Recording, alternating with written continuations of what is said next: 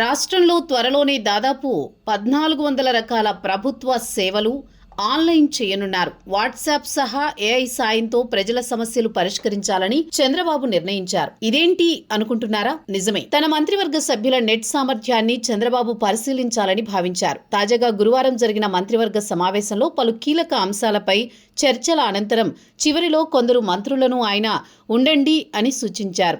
వీరిని ఆయన, మీరు ఐటీలో వెనుకబడుతున్నారు, మనది ఆర్టీజీఎస్ పాలన, మీకు ఆన్లైన్లో రైలు టికెట్ బుక్ చేయడం వచ్చా అని ప్రశ్నించారు.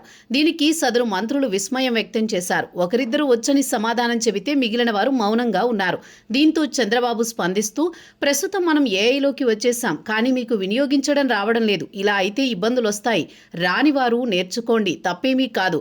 ప్రజల మధ్యకు వెళ్లే ముందు అన్నీ తెలిసి ఉండాలి. వారి వద్దకు వెళ్లిన తర్వాత తెలియకపోతే నవ్వుల పాలవుతామని సూచించారు. రాష్ట్రంలో త్వరలోనే దాదాపు 1400 రకాల ప్రభుత్వ సేవలను ఆన్లైన్ చేయనున్నారు. వాట్సాప్ సహా ఏఐ సాయంతో ప్రజల సమస్యలను పరిష్కరించాలని చంద్రబాబు నిర్ణయించారు. దీనిపై వరుసగా అధికారులతో సమీక్షలు నిర్వహించారు. వారు ఇచ్చిన ఫీడ్బ్యాక్ ఆధారంగా మంత్రులు ఐటీ సహా ఏఐ వినియోగంలో వెనుకబడ్డారని చంద్రబాబు గుర్తించారు.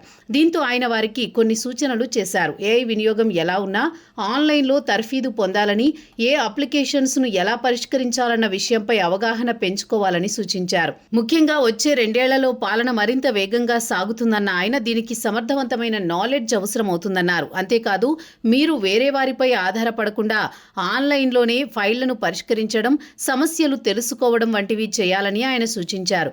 దీంతో మంత్రులు ఊపిరి పీల్చుకున్నారు. త్వరలోనే మంత్రులకు ఐటీ శిక్షణ ఇచ్చే అంశంపై నిర్ణయం తీసుకుంటామని చంద్రబాబు తెలిపారు.